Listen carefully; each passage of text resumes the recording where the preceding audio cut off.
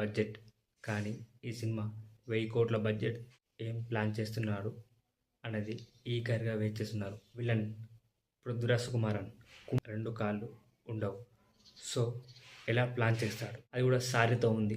So అది కూడా modern look కాదు, అది కూడా ఒక రెస్పెక్ట్గా. సినిమా ఎన్ని కోట్ల కలెక్షన్ సాధిస్తుంది? 10,000 కోట్ల target. How are you?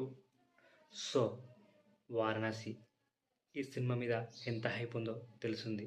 So దాదాపు ఇప్పటి డేటా ప్రకారం 800 కోట్లకు పైగా బడ్జెట్. కానీ ఈ సినిమా 1000 కోట్ల బడ్జెట్ దాటుతుందని అంచనా వేస్తున్నారు.